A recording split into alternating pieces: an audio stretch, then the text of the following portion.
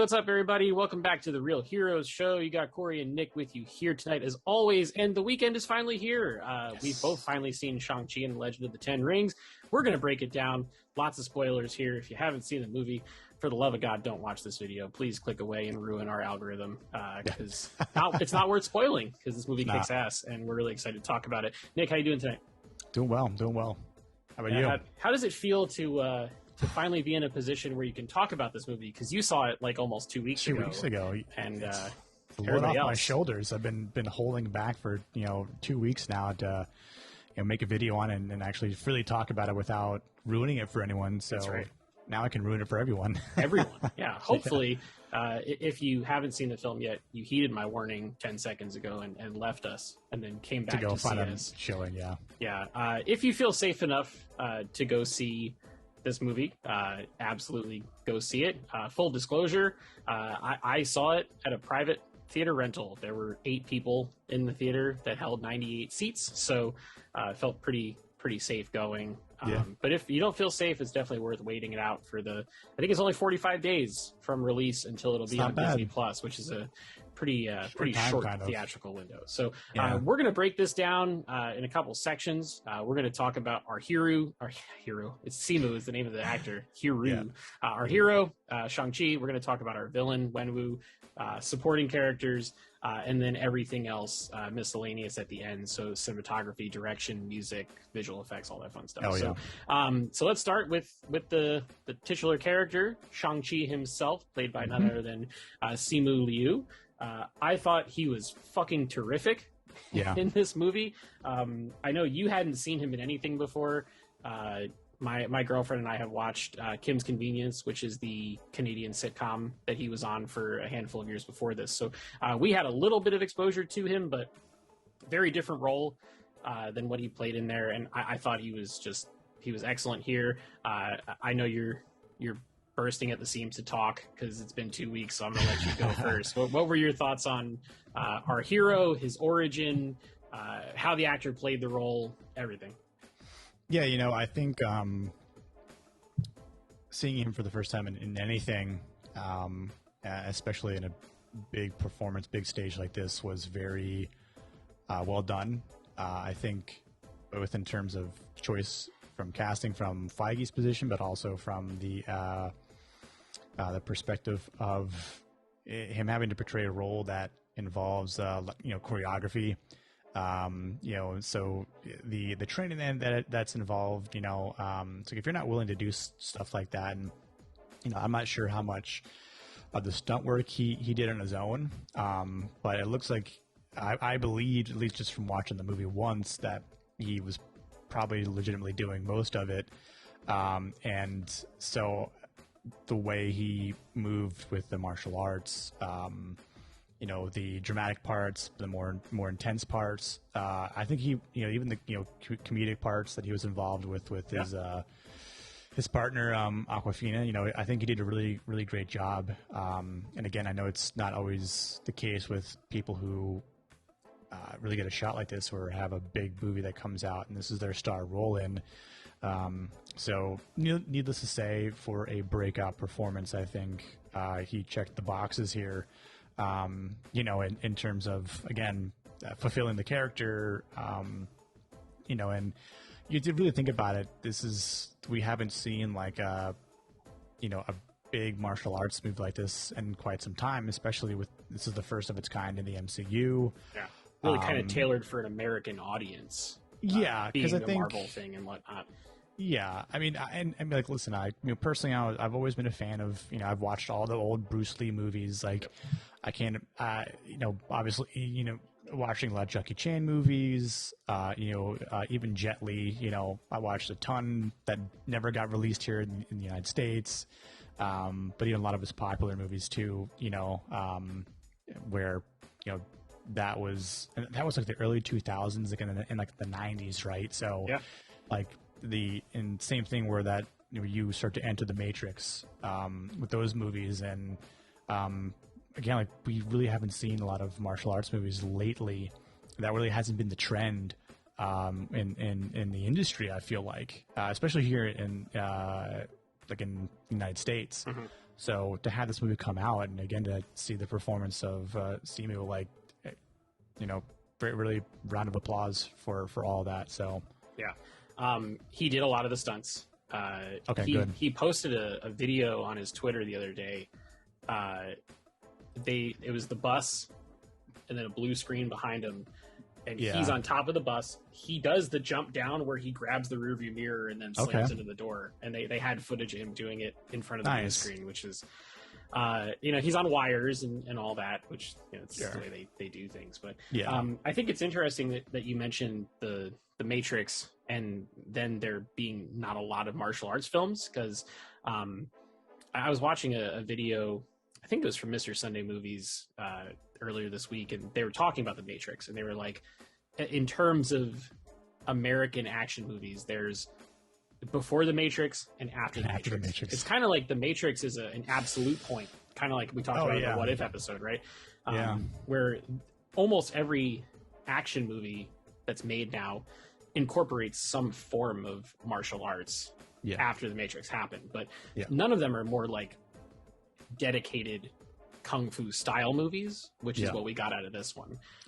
And whether it's Shang-Chi or Wenwu or Xiaoling or any of them, they all have a distinct style that they fight with, and it has a heavy martial arts influence. I think we even see some Crouching Tiger, Hidden Dragon flair, especially like in the beginning fight between Wenwu and the mom, before they fall in love or whatever. But to get back to Simu, I mean, like, instantly likable, and that's like, when you're introducing a brand new Marvel character, that is a really, really important thing, right? Like, I like Captain Marvel.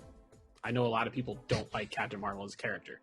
I will say I don't think her movie did her a lot of justice in terms of making her likable. I think she was more likable after Avengers Endgame. And then, we're talking about spoilers. She shows up at the end of this. Totally fine, right? Like, nothing too weird about her performance or anything like that. This movie did the exact opposite, where it really made you gravitate towards your lead character immediately. He's very relatable. He wakes up, he works a 9-to-5 type job. He's not a billionaire. He's not frozen in time. He's not a god. He's none of those things. He's trying to not be that. He has a history where history and a past. He's trained to be unbeatable and to kill anybody in any way possible. And he tries to get away from that life. He runs and he wants to just be normal, which I think makes him very relatable to the audience. And he gets pulled back into it, obviously, through a series of unfortunate events. But I think that kind of stuff is really great. And, by the end of the movie, he goes through a journey where he kind of accepts that this is who I am. This is who I need to be. And, Bruce Banner says to him, "Welcome to the circus." That's your indoctrination right there. You're, as Tony Stark does to Spider-Man, you're an Avenger now, pal. When Wong tells you to step through a portal, you listen to Wong. I know, right? And once you step through that portal, you're officially part of the crazy team. Yeah. I mean, you think about it. By the end of that movie, him and Katie are standing probably in one of the Sanctum Santorums, talking to Wong. They just walk through a portal to get there. They're talking to the guy that turns into a big green monster because of radiation. And they're also talking to an alien cosmic being that has like nuclear cosmic powers. So it's going to be wild for them from here on out, to say the least. But overall, I think he was great. I'm excited to see more of his character. Big range of emotions, obviously, because of the family dynamic. And I thought that for a first major motion picture role, he did a great job. And I think it's only going to go upward for him from there. Yep, so I agree. So let's pivot. We go from a guy who this is his first major film to the god of Hong Kong cinema, Tony Leung, who played Wenwu. This is what I want to talk about the most. Dude, incredible. He was amazing. Good. Amazing. We talk about Marvel villains, and the scuttlebutt online is kind of, Marvel villains are either really great or really terrible.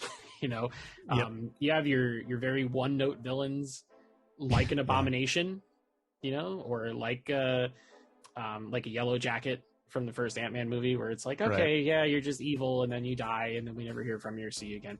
Right. And then you've got your other villains, like your Killmongers, your Thanoses, and Ultron. now Ultron. Yeah, you add Wenwu to that category. You know, Big time. very deep character, a lot of layers, a lot of pain. The movie almost kind of felt like it was his story and not so much Shang-Chi's. You know, Yeah. he was great. He was magnetic. You Yeah. almost like at like certain points in the movie, you're like, man, you know what? Care for him. Is he wrong? You know, like he's trying to do the right thing. Like he acknowledges the fact that he was a very bad person for a very long time. He meets someone who brings the Changed best out him. of him, right? Yeah. And makes him into something that resembles good. He starts a family. You see them like watching TV and falling asleep on the couch together and just having a normal life. And then that gets ripped away from him, and it causes him to go like off the deep end in the opposite direction. Like that's good stuff, man. This good storytelling. I loved it. Yeah, you know, he and the way the movie starts off with him, right, and just seeing him go into that army by himself and just wreak havoc, Yeah. kick everyone's ass, and that's when you actually first see the 10 rings do work. I was hooked and floored. I was like, holy shit, you know. And again, his performance was another high point of the movie for me. Yeah. And giving his reputation, you guy's a Hong Kong star, so like, you know, he you know, as soon as I saw he was in the cast, I'm like, oh, this movie already has an expectation of certain heights. But you start to care for him, and to quote another show, such as Ted Lasso, when Higgins says, "Does she make you a better man?" Yeah. And that's what happens, you know, to the Mandarin himself. He finds this person. He doesn't like that name either. He doesn't, and he even kind of he hints at it, and it's like, well, we see why, and of course, kind of like the video that we did. How does Ben Kingsley's character Trevor get into this? Because I'm like, he's just there, and he's his prisoner, you know, captive, but where did they find him? So you know, we know why now, but same thing where he's just like this, you know, again, this guy who, speaking of Wenwu's character, he establishes his end game, his ongoing goal over you know, hundreds of years, to the point where, you know, he's become so well established that it almost seems like, again, like movies and like rumors and tales of like this mythical group that does exist Right. within the shadows, but have been carrying out, you know, things without history that we see with those. I love like the glimpses of like, here's where they're like the iterations of these wars that they were in, that he's just been alive They for had this the long. tattoos, like Scoot McNairy's character in the short. There's the one guy, he had it on his wrist, the other guy had it on his neck. Like they're all marked as members of that organization. The line where he said, they gave me a name based off of an orange that goes on top of a chicken dish, cracked me up. I thought that was really funny. Oh, so good. And like that made me laugh, and like he was a relatable character.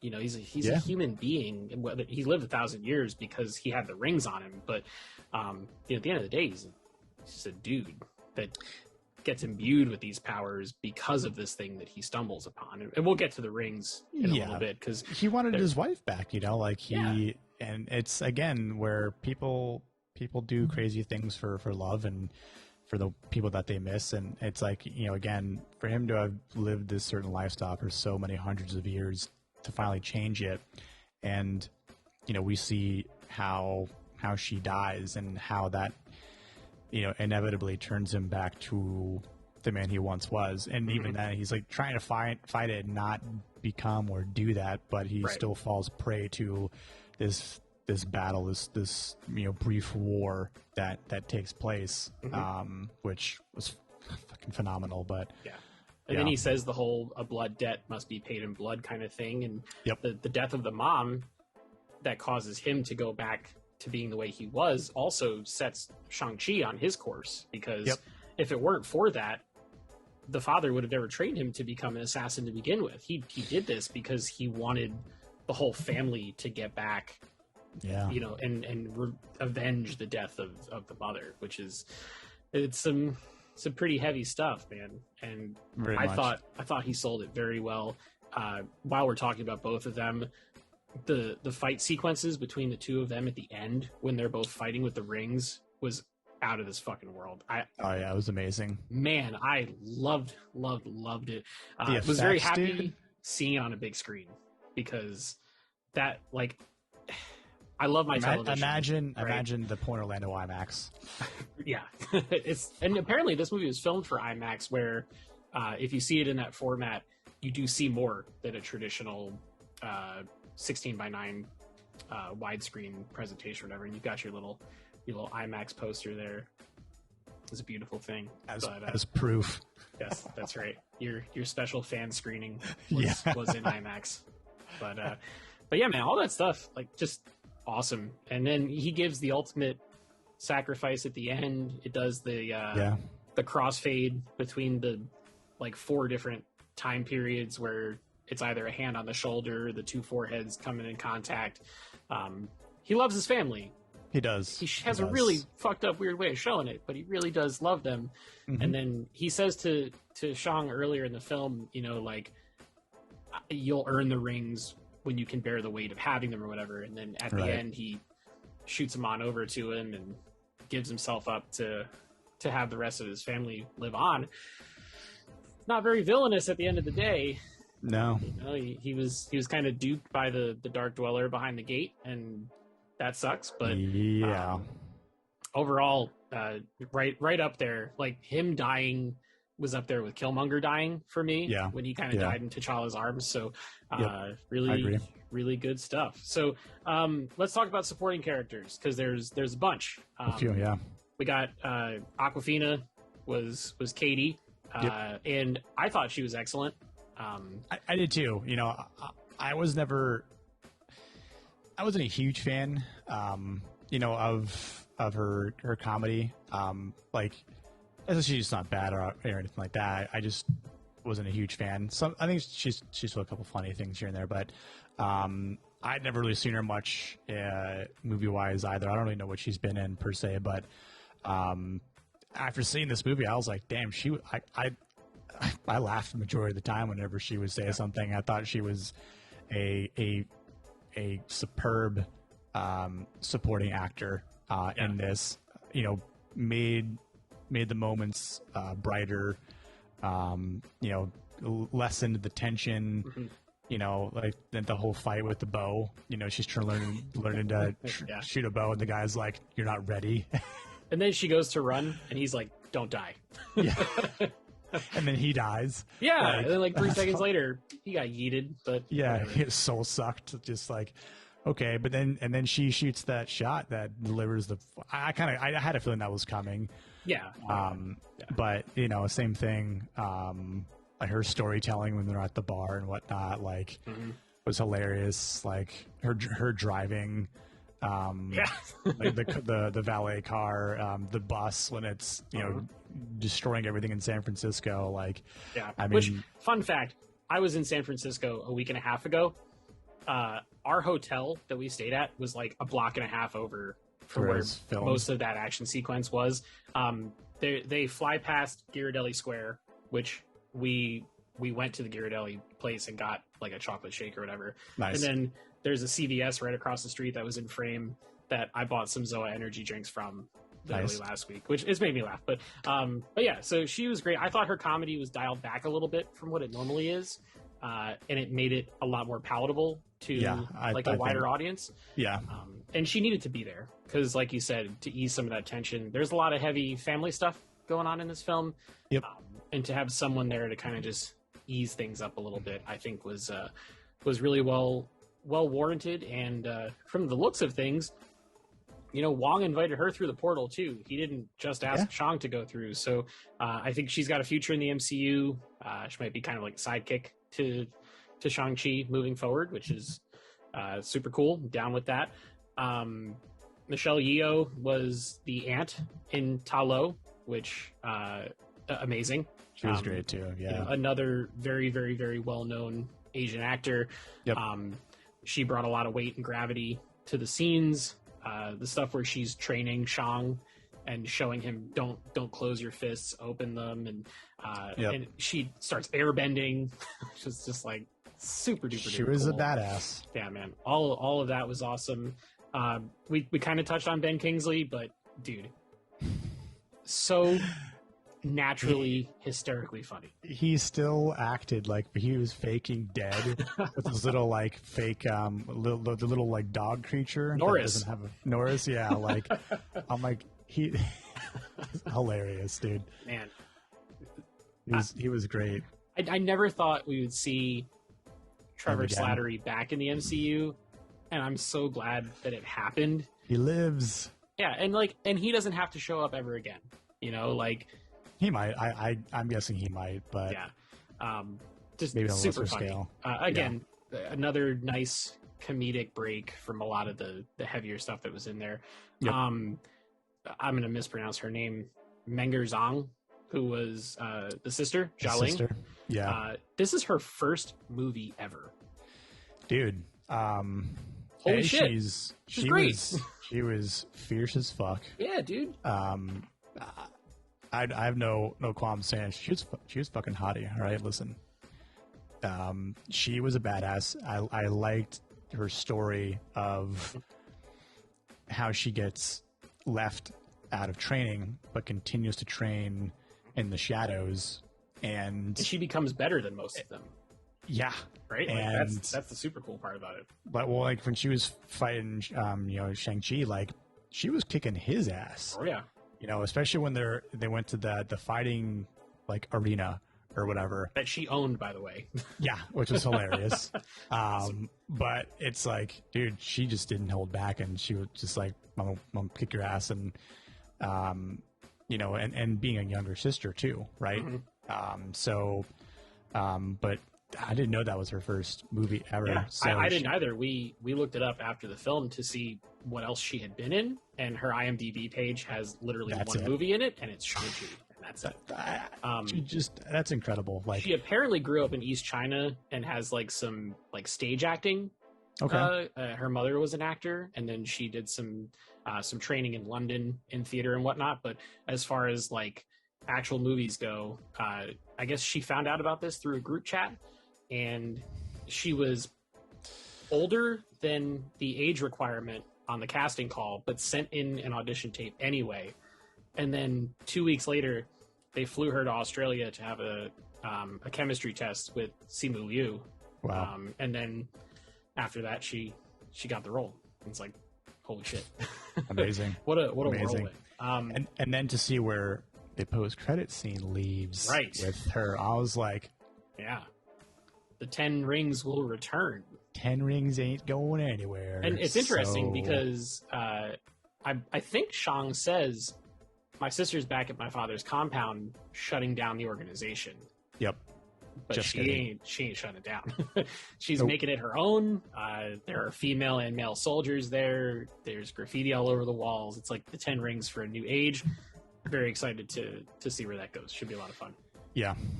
We could talk more about that later. But yeah. Who else we got? We got Benedict Wong as Wong, who's awesome as always. Great cameo. He's becoming like the show up in everything guy, and I love that, which is awesome. He does some drunken karaoke at the end. It turns out he's training the Abomination and not just fighting him. Yeah, that was really interesting. We after seeing that, Austin and I talked about like what that's all about as well, because I wonder if because even the post-credit scene when we see the little telecom communication with Carol Danvers and Bruce Banner, you can see Bruce's arm is still like in this like still in the sling. which So he was in Bruce- that at the end of Endgame, right? Yep. From snapping the glove. So Yep. So I don't wonder know. where this essentially takes place. Timeline wise, like with other movies, right? And but even if it's months or maybe even if it's like a year down the line, Bruce is still having issues. Which I wonder if the Hulk is still having issues, or if he's having issues turning into the Hulk. So I wonder if Wong goes, we need a Hulk. What if we got Abomination to help us out in that stead? Which, in some cases, it's like, so we're just going to get, Bruce as Bruce, and we're not going to get the Hulk anymore, which is, very interesting, which means Thor is the strongest Avenger. He is now. That's right. But, I mean, it opens up for other possibilities Hulk-wise, too, Yeah, no, for sure. And especially because we got a She-Hulk show coming up. And certainly do. Mark Ruffalo and what is the name of the fellow? Tim Roth, who plays Abomination. They're both confirmed for that show by Disney. So that'll be interesting. That'll be and also, interesting. when him and Wong portaled out of Macau and back to wherever they were, there was a big containment cell, which they probably put the Abomination in there, which maybe the Abomination's still in prison. It could be the Raft. That's what I'm thinking, yeah. And which that also opens up. Maybe it's for like a Thunderbolts or Dark Avengers thing with Val or General Ross or something like that. Like Ross likes that, likes the Raft, so it's true. So a lot of opening for possibilities there. Yep. Gosh, let's see who else. Razor Fist. His car was the dumbest fucking looking thing I've ever seen in my entire life. I thought the character was kind of cool, but his car was very goofy. Yeah, very. It had like that 90s graffiti look, but it was like a brand new electric BMW. That was kind of weird. Yep. But he was cool. The fight sequence on the bus was pretty sick. Yeah, badass. Very. Really, Very and the well way that done. his machete kind of loaded and unloaded, and he swapped it out for one of the dragon scale weapons. Towards the end of the film that was pretty cool. Nifty. Yeah.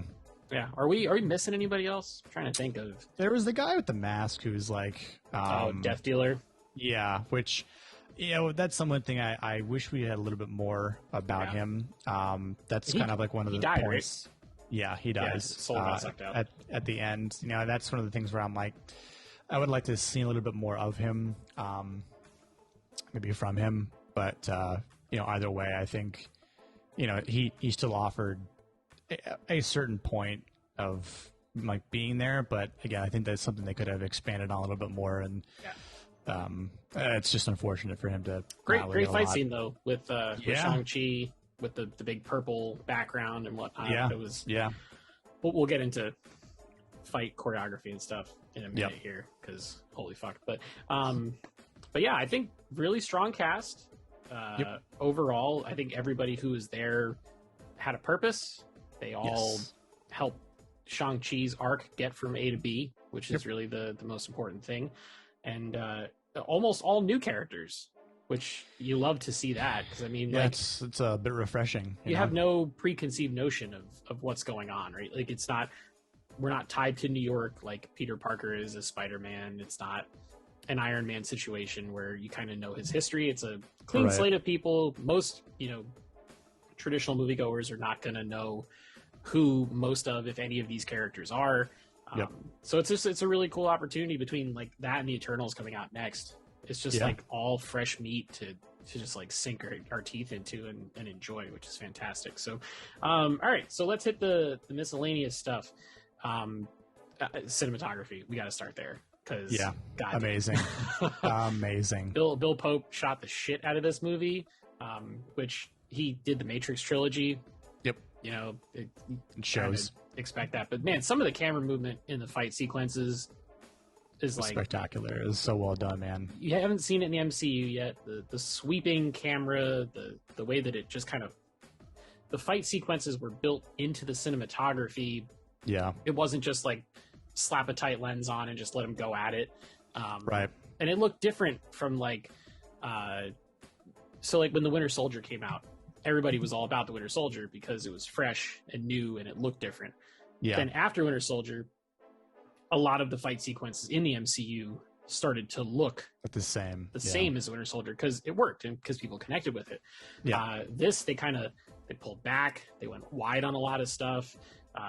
Top down angles, bottom up angles. The fight sequence on the side of the building on the scaffolding, dude, that was insane. Like you literally feel like you're gonna like fall over, right? I was gonna say a lot of the fight scenes you felt like you were there, or closer to it, right? Yeah. So those really felt like more immersed in the scenery, So visually stunning. Yeah, especially with the dragons. Oh man! At the end, dude, I was wild. Did ILM do that? I'm guessing they probably did. They did, yeah. Because those dragons at the end. Usually, when you get to stuff like that, it's like, okay, we're in a fucking video game, and I don't care to see that. But the CGI was done extremely well on all that stuff at the end. The creatures in Talo, not just the dragons. All the other, I don't even know what half their names are, but they all looked very convincing and very real in the environment they were in, which was great. Like when Shang gets like yeeted into the water, right, and starts to drown, and then you hear the voice of his mother, and then like the dragon that's underneath kind of appears, and I was like,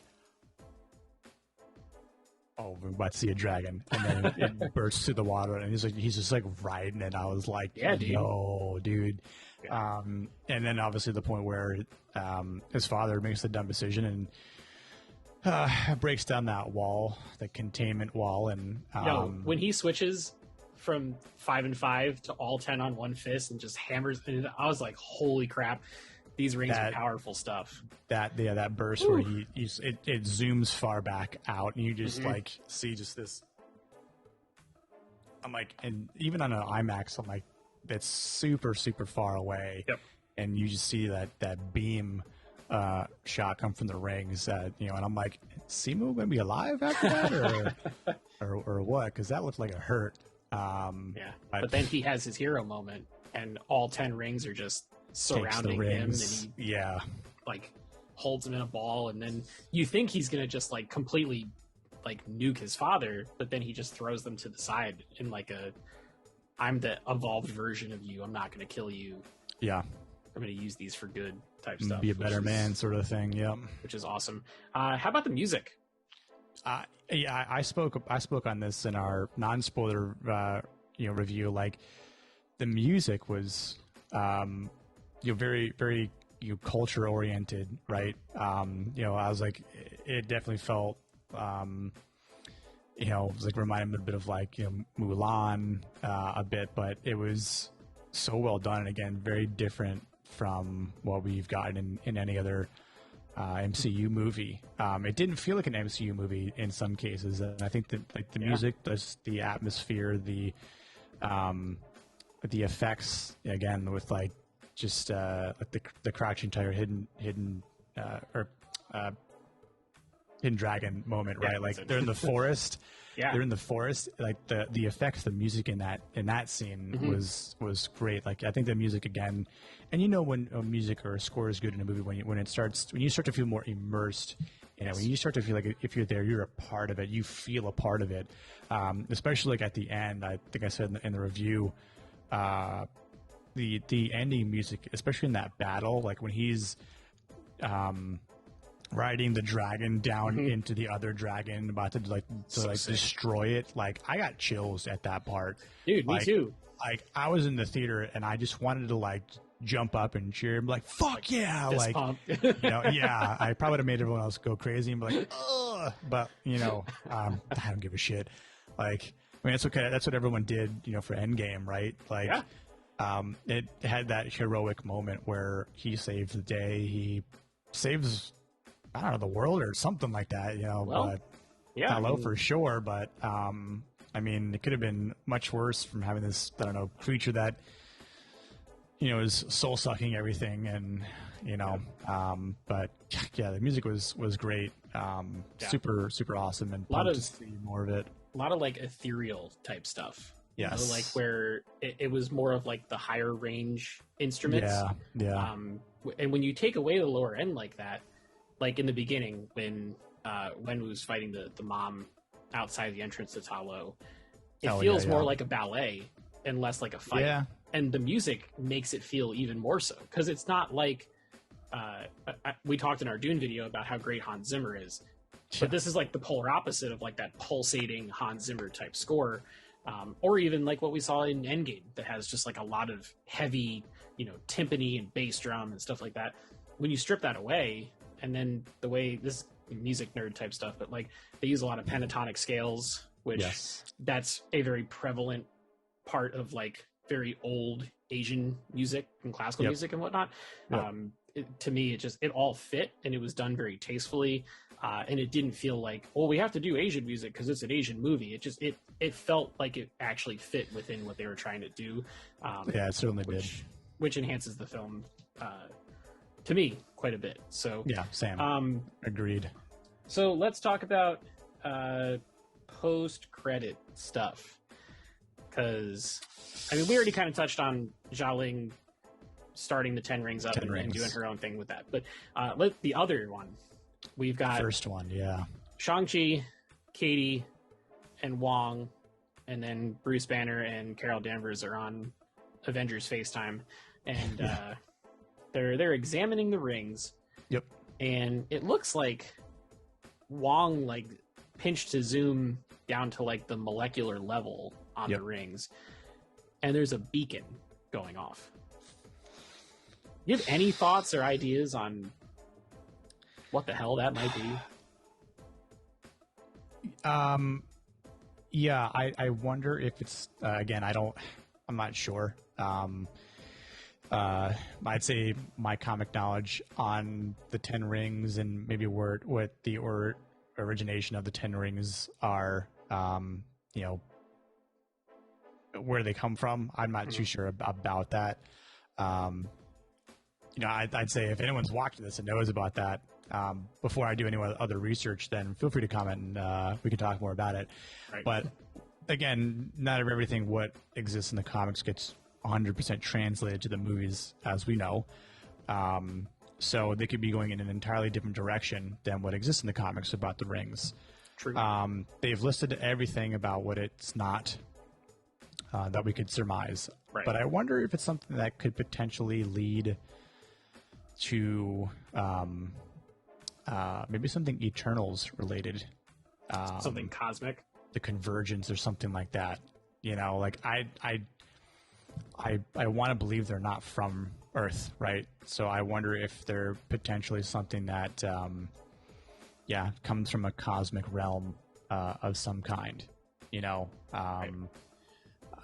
I wonder because of maybe what we'll see from the Eternals, if there's something in there that hints at it a little bit more. You know, because I don't know of any other movie that's coming out like Spider-Man. I don't think so. Maybe something from Strange 2 potentially, but you know, we might not see or hear anything else about what that means until, you know, the next time Shang-Chi is involved with anything. Yeah, that's true. And we don't know what that's going to be. Yeah, we know he's going to be back, but we just don't know when or where. In what or where. So, if I had to guess, it could be something that's soon, and maybe this was planned this way about, you know, having Shang-Chi come out in September, and then you've got the Eternals that comes out in November, you know, a couple months later. So, and again, I don't think it would be like a plain, this is what this means, people, what this little blinking beacon means. Like, they're not going to spell it out for us, right? So, they never do. I think they might hint at it in Eternals. I think we might look back at Eternals and be like, you know what? We may have a theory on this. We may be following a trail. Right. It might be a clue that leads to another clue that leads to another clue until we finally get that actual reveal and be like, they were sent here, or this happened because the beacons of Minas Tirith were lit. Man. It's from Middle Earth, actually. That's my favorite name of a place is Minas Tirith. Minas Tirith, yeah. It's funny to say it. It sounds like you have a lisp, no matter how many times you try to say it. But yeah, that's an interesting one. I feel like, with Wong being so heavily involved, that it might be something they explore in Multiverse of Madness. Yeah. They also talk about the age of the rings, because Wenwu had them for 1,000 years, but then everybody in that little group is like, yeah, but these are older than that. So that's certainly interesting too, which means that other people may have had them, where they were made or who made them, who knows. I think they say that the myth is that he found them in like a crater or a tomb. So yeah, God only knows. The tomb from Ramatut. I don't know.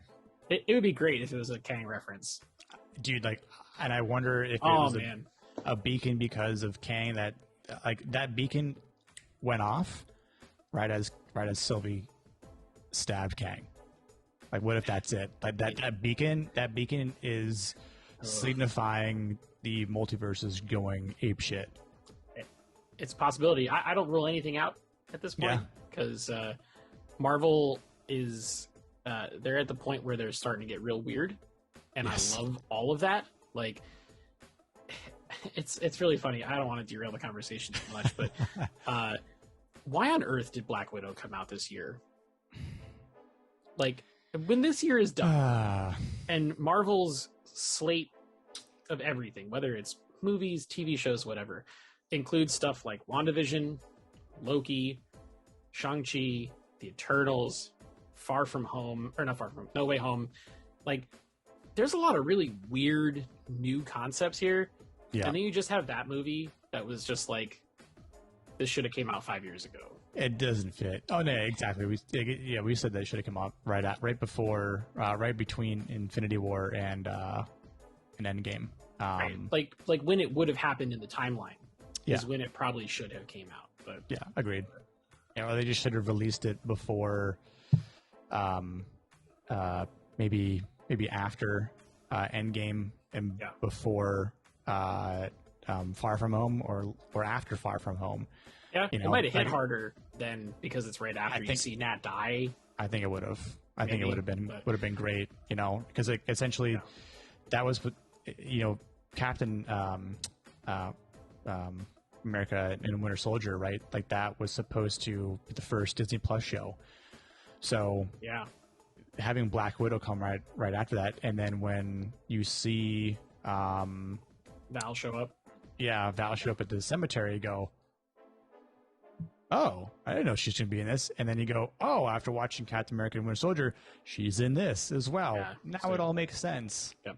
Yeah, I think that was like the one thing that COVID messed with, was the timeline, Val's introduction, and the order in which she shows up and stuff. But whatever, that's fine. But it is what it is now. I also really enjoy the fact that we have like new properties, new solo properties, because Feige said himself, we're not doing another Avengers movie for a while, because we are expanding our roster. We're putting new people in.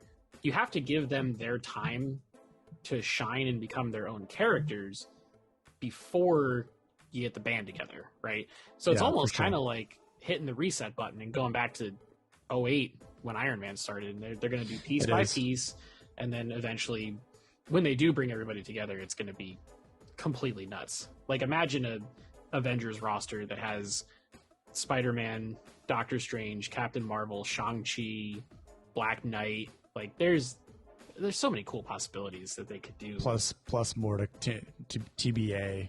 Right, and like Thor is still around. The Guardians of the Galaxy are still there. You're going to get Fantastic Four. You're going to get Blade. X-Men eventually. Moon Knight. Like, it's completely insane what they're doing. Yeah, the possibilities are endless. Last thing I want to touch on before we get on to giving it a rating is money. This movie is making money. They said that by the time this 4-day Labor Day weekend is over, that Shang-Chi will make somewhere between $75 and $85 million domestically, which is a record for Labor Day weekend, period. Not just during a pandemic, but just ever.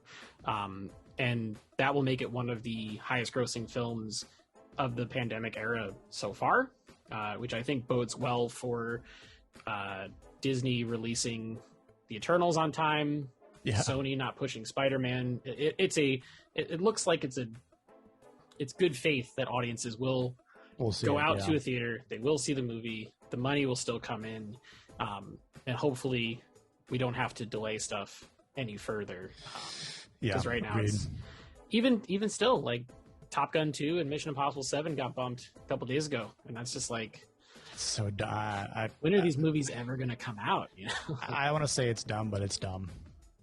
Yeah, I mean, at this point, the movie studios pay large sums of money to finance these films, and the longer they wait for them to come out, the more money they're paying before they make any money back off of them. But I don't know. There are lots of smart people that are in positions like that make decisions that we don't. So I don't know what their thought process is, but I think given the success that Shang-Chi is going to have, I think Eternals is going to come out on time. And then I think because of that, Spider-Man should come out on time as well. But Venom won't. Venom is October or something. Listen, now. as all as Dune comes out on time, That's whatever. all I care about. They showed the trailer for that before Shang-Chi, and it was the first time I saw those visuals on a large screen, and I wet myself a little bit. It was terrific. I started like doing like the sand people thing from Star Wars. Just so excited. But yeah, so you've seen this a couple weeks ago, and I think you gave it a 9 when you first saw it. 9 out of 10. Now that you've gotten the chance to sit with it, is it still there? Is it lower? Is it higher? Where do you fall? No, I'm still sticking with the 9 out of 10. I've had enough time to let it soak in. Again, not really having anyone to talk to about it except for our buddy Austin. So he's not very smart, so it's not the greatest conversation. I'm trying to think about like what other people will say, what other people might think about it as well, and then finally once we get to make this video that we're making right now, and obviously anticipating what you might think about this, and when I knew you were seeing it, and I was like waiting what you would say once you were done. And then when I asked what you say, I'm like, if Corius gives it a good rating, then my rating is definitely sticking for sure, because I know that I was right about what I gave it. And when you told me what your rating was, I was like, yeah, I'm definitely sticking to mine. Because I gave it a solid 9 when I got out of the theater. I texted Nick as soon as I was done. I was like, yeah, I can't give it a 10. No, it's not perfect. It's not perfect, and no Marvel movie is ever going to be. So a 9 is very high praise. Gosh, I dare say it's my favorite origin movie that Marvel's done. Like it's hard to say that. I know Iron Man's hard to beat. Iron Man 1 is just like it kicked it all off, but it's definitely I think this is a better movie though. Overall, I think, but like either way, the fact that we're talking about it in that high regard echelon of films is awesome. I think it's probably a top 10 MCU for me. I said top 5. Okay, I think I need to see it again before because I've seen all the other ones like a million times. So to have only seen this one once, it's kind of hard to put it in the top 5, but it is up there. I'm very happy that it's a thing. I'm very excited for the cast, the crew, the representation that came out of it. I saw a lot of tweets that were like, folks of Asian descent that said they felt seen in this movie more than they have in anything else. And like, as a white dude, where like every fucking movie's a white dude that's the hero, like it's really cool to see that kind of stuff. And it reminded me a lot of when Black Panther came out, because there was like this huge cultural phenomenon around that and everything. So solid movie. I can't wait to see it again. It'll be on Disney Plus in 6 weeks. So that's we'll get to watch it a lot more. So and then hopefully I think the 4K release will be around the same time. I think it's everything is 45 days. So that's cool. Very excited to check it out again. And just find all those little details and things that I missed the first time around that make it even better than the initial viewing. So same. Yeah. We're going very long. So we're very excited about this. Marvel is back. Marvel's back in the cinema with big budget stuff, with spectacle, great new characters, all sorts of fun stuff. So we would love to hear from you guys now that this movie is out in the wild. It has been released to the general public. What's your score out of 10? What'd you think of Simu Liu? What'd you think of the supporting cast? How about our villain? Cinematography, direction, you name it. You let us know about it in the comments below. We love to see it. If you can't tell from our Dune video, I respond to all the comments. If you leave a comment, I'll respond to it. Don't you worry. And if you want to support the channel, you can do so for free. Just got to like this video, subscribe if you haven't already, turn on your notifications, share it with your friends, and encourage that conversation and building this community that we've got here on our little pocket of the internet. We will be back tomorrow. We're going to have a Ted Lasso review, DC Titans on Tuesday, a 4K review of Zack Snyder's Justice League, because that's arriving this week. No one wants to see that, though. Not you, but the movie. Yeah, I'll be spot checking that to compare it to HBO Max for sure. And then I think another Marvel What If review, and then God knows what else. There's a lot of stuff, and it doesn't stop anytime Movies, soon. shows, some other stuff. Yeah, that's right. So stay tuned for all of those and so much more. And until next time, we'll see you guys in the next video. Peace.